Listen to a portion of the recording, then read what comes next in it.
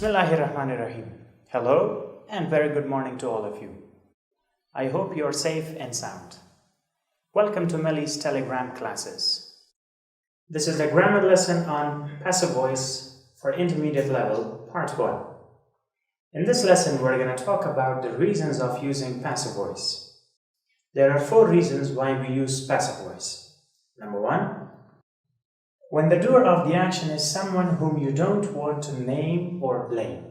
Sometimes when you don't want to talk about the doer of an action or the subject of an action, we can use the passive voice. For example, I was given the wrong directions.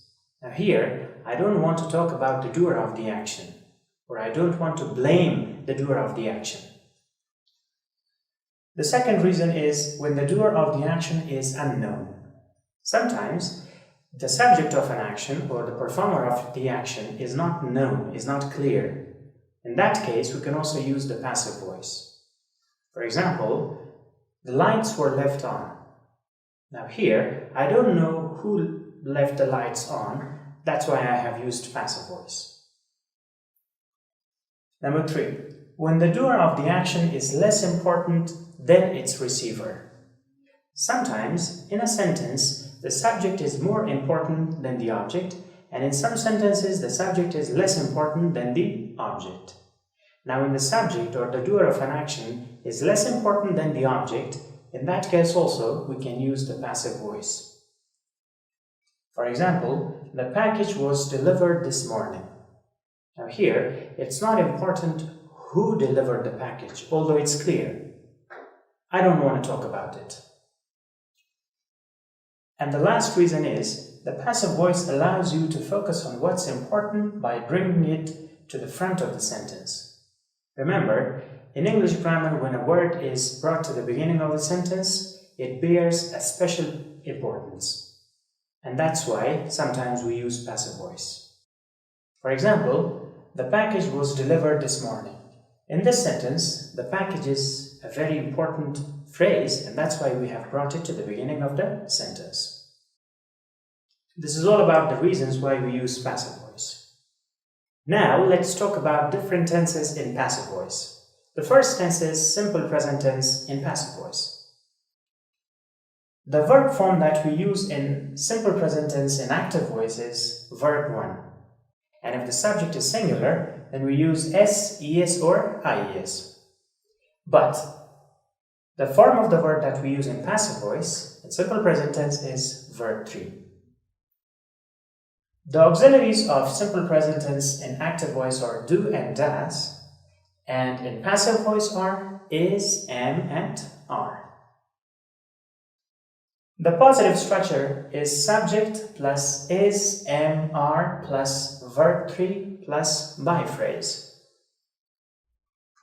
For example, number 1, the teacher helps the students. The teacher is the subject, helps is the verb 1 or the first form of the verb, and the students is the object. Now if you want to change it to passive voice, you have to bring the students to the beginning of the sentence and the teacher to the end of the sentence. The students are, not is.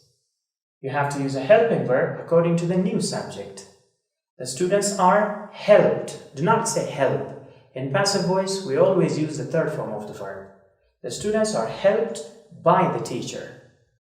The students is the new subject, are is the helping verb, helped is verb 3, and by the teacher is the by phrase. Example number 2. You blame me again.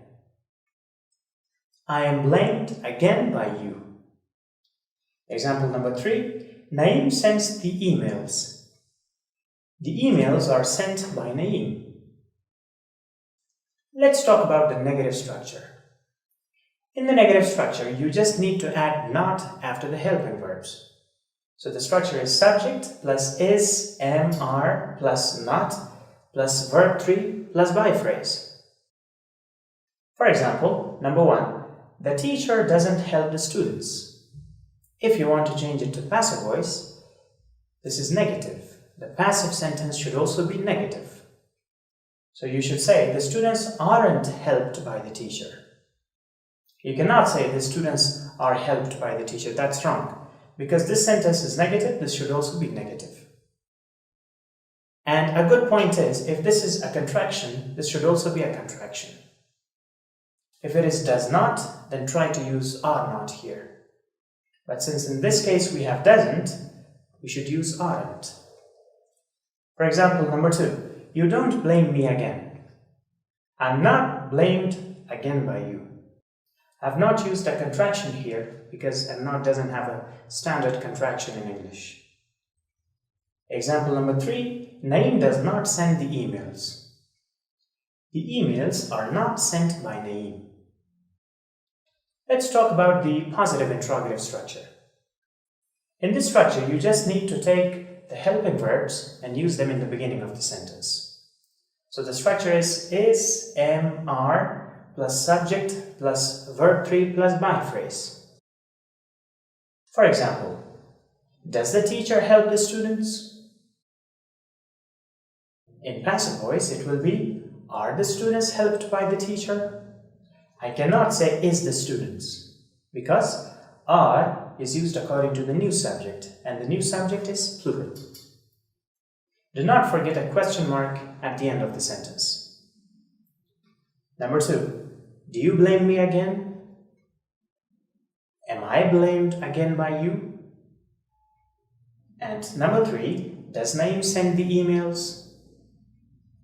Are the emails sent by Naeem? Do not forget a question mark at the end of this sentence as well, because it's a question. Let's do an oral exercise. In this exercise, you have to change the following sentences to passive. Let me do the first one. They repeat the exercise. They is the subject, the exercise is the object. The exercise is repeated by them. Good luck with the rest of them.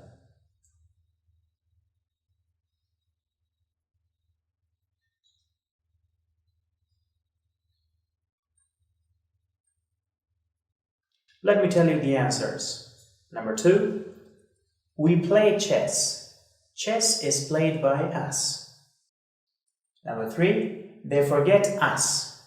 We are forgotten by them.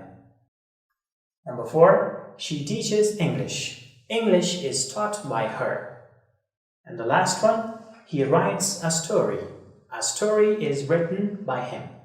This concludes our session for today.